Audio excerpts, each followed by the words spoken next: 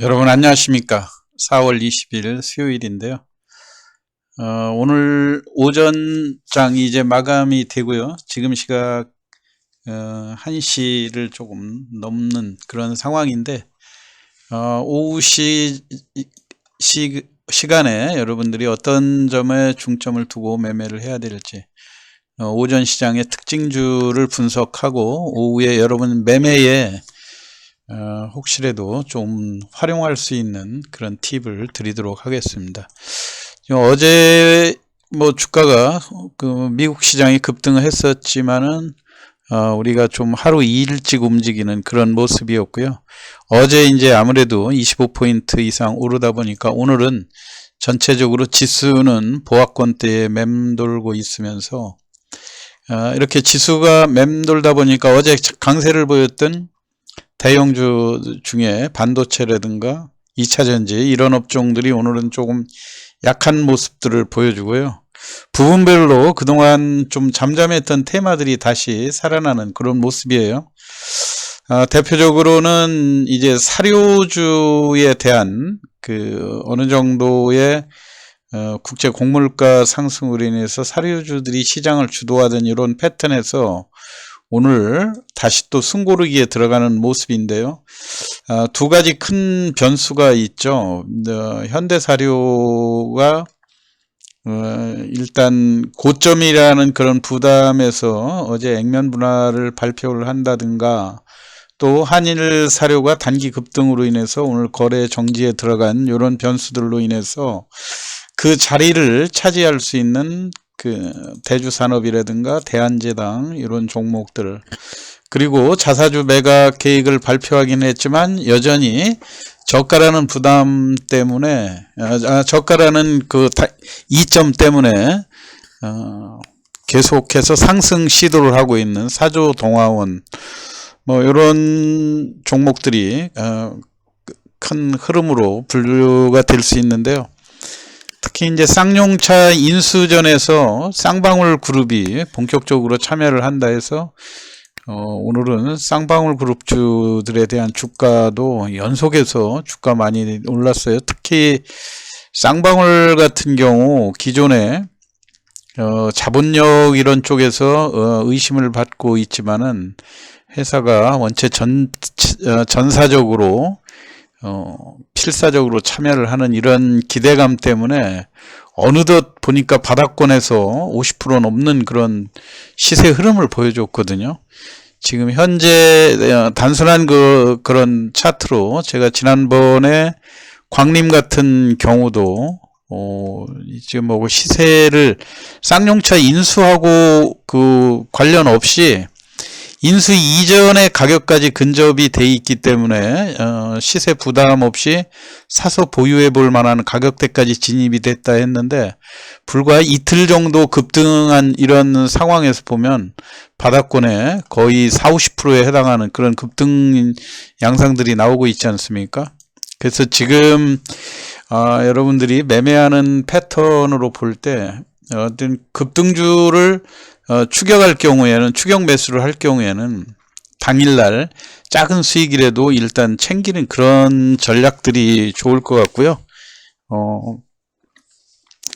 그 바닥권에 진입한 이런 종목에 대해서는 조금 바로 그 사자마자 반등할 생각 그런 거보다는 바닥권의 하방 경직성으로 인해서 크게 손실을 볼 그런 가능성 어느 정도 바닥권이 확인된 이런 종목에 대해서는 조금 그 중기 보유하는 전략도 필요하지 않겠는가 이런 생각이에요.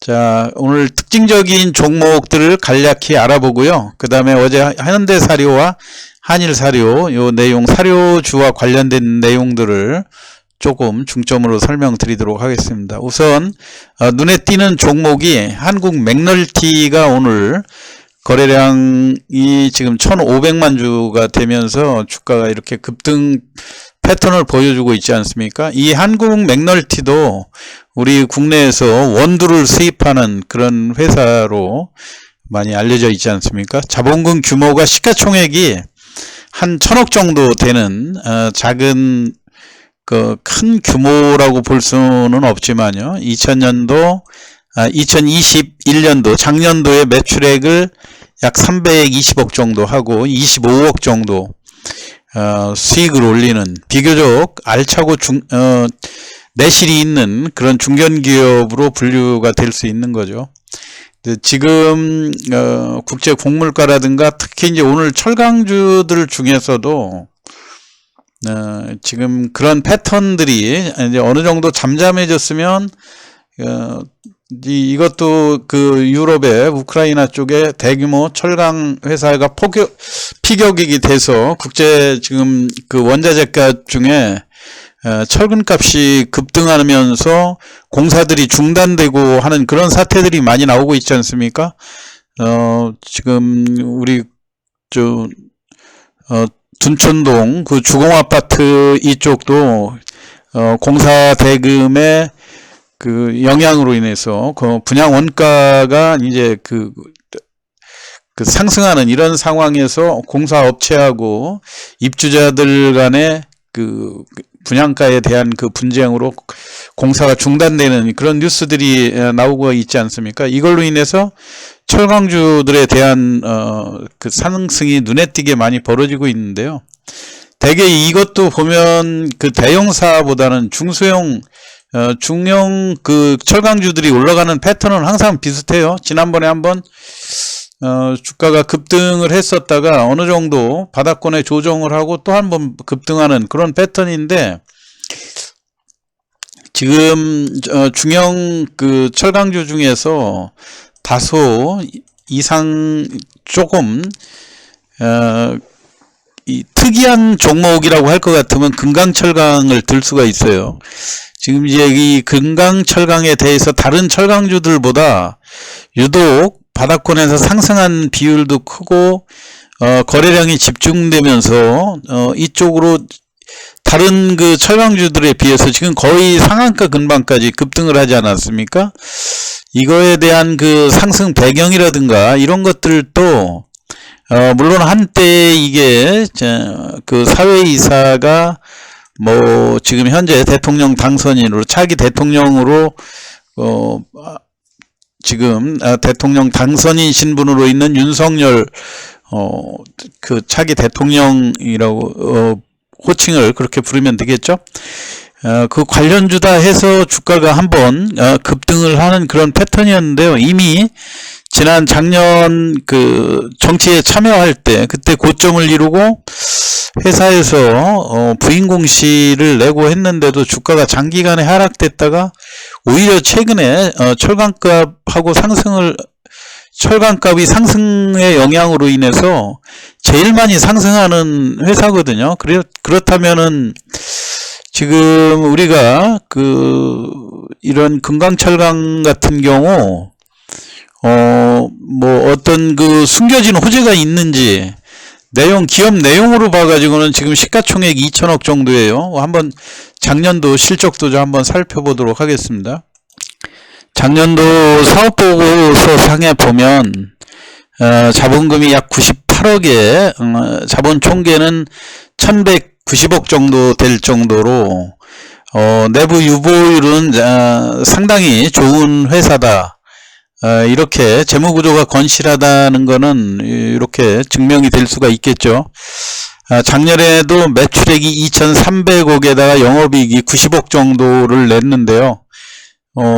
이 철강 회사들이 당연히 그 매출액 규모에 비해서는 2,300억의 매출액에 비해서 영업 마진이 거의 한 100억 정도 일어났다. 이렇게 보면 한 5% 정도의 마진이다. 이렇게 볼 수 있죠. 비교적 하여튼 내실이 충실한 그런 회사로 알려져 있기는 하지만은 제 사업보고서상이라든가 이런 데서 우리가 그렇게 분석은 할 수 있지만, 그렇다고 해도 여타 나머지 철강주들하고 너무 차이가 나는 그런 흐름을 보여주는 것은 아무래도 대통령 그 당선인의 그 영향으로 일부 작전 세력들이 개입된 그런 가능성이 상당히 높다고 생각이 됩니다. 그리고 이 종목의 특성상 이렇게 10% 이상 급등을 하면서 대략 거래량이 평소에는 거래량이 급격히 줄어드는 그런 모습인데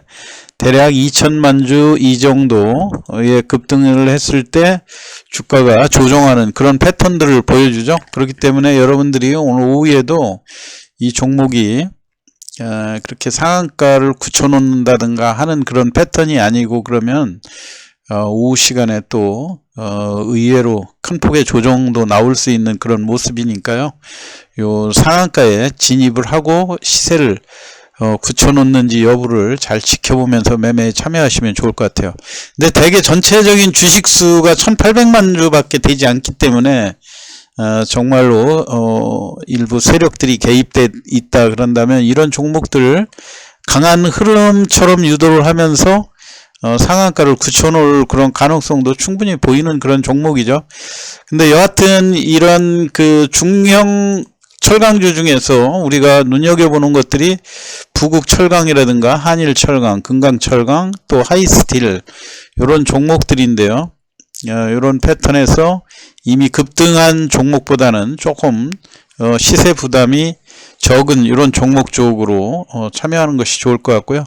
역시 마찬가지로 쌍용차 관련해서는 쌍방울과 광림이 핵심적으로 움직이니까요.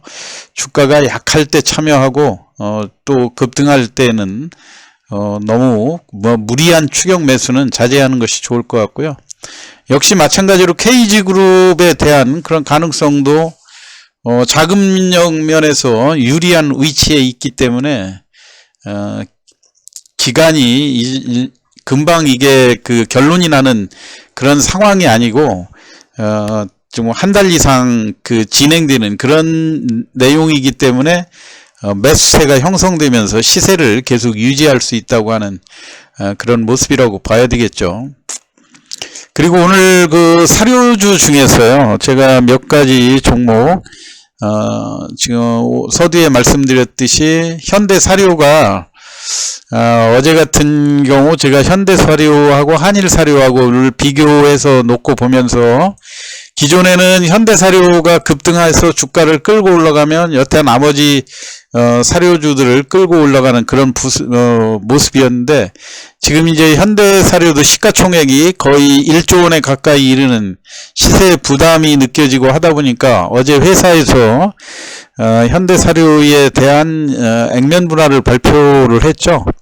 이제 주식수가 이제 5월 4일이 분기점인데요. 현대사료의 대주주가 변경이 된다고 하는 것을 5월 4일 날 주주총회를 거쳐가지고 대금 인수도를 끝내서 대주주가 변경된다 이런 이야기인데 지금 대주주가 가지고 있는 지분, 우호지분 전부 다 합해서 한 70% 정도, 420만 주 정도를 1000억 원에 넘기는 그런 상황 아닙니까? 그러다 보니까 이게 당초에는 16,000원, 17,000원으로 계산했을 때 400만 주라고 하게 되면은 거의 그 영업 프리미엄을 포함해서 25,000원 정도를 계산해 준 거죠. 그렇게 보면 그때 당시에는 1000억 원에 계산을 하고 시중 가격이 17,000원대 머물러 있을 때 25,000원까지 계산을 해서 그 매매 계약을 하게 되니까 유리한 측면들이 있었는데요. 불과 그 카나리아 바이오로 인수가 된다고 하는 이런 재료로만 인해서 지금 현재 주가가 과거보다 지금 2만원대에서 15만원, 16만원 정도까지 또 상승을 하게 되니까 혹시라도 그 내부 잡음 또 균열로 일어나는 계약의 좀 왠지 그 대주주가 과거 생각보다는 지금 현재 주가가 급등했던 이런 상황에서 생각해 보면 뭔가 아쉬움이 남지 않겠습니까? 그런데 일단 회사에서 공시한 거는 차질 없이 대주주한테 대주주 양도는 차질 없이 이루어지겠다 이렇게 해놓고 그 다음에 이제 이게 양도가 끝나게 되면 또 주가가 재료가 소멸됐으니까 급락하는 그런 현상들이 불가피하게 나오는 거 아닙니까? 그러다 보니까 추가로 이루어진 조치가 액면 분할이라고 하는 이런 칼을 빼들었어요. 그러니까 어제 말씀드린 그 엑시트를 안전하게 하겠다고 하는 그 장치를 깔아놓음으로써 오늘 비교적 주가가 15%까지 올라가는 그런 와중에서도 그렇게 매물이 많이 쏟아지거나 이런 패턴들이 아니에요. 왜냐면은 여러분들이 그 액면 분할을 500원짜리를 100원으로 하게 되면 주식수가 100개, 5배 이상으로 증가하는 거 아닙니까? 그런데 지금 현대사료는 전체 주식수가 600만 주밖에 안 되고 자본금도 30억에 불과하고 하다 보니까 유통 공급량을 늘리기 위해서 이거를 3075만 주로 늘리겠다 이런 이야기를 발표를 했어요. 근데 이제 액면가가 이렇게 주식수가 5배로 늘어나는 측면에서는 이제 500%의 무상증자를 하는 것과 비슷한 효과가 있겠죠.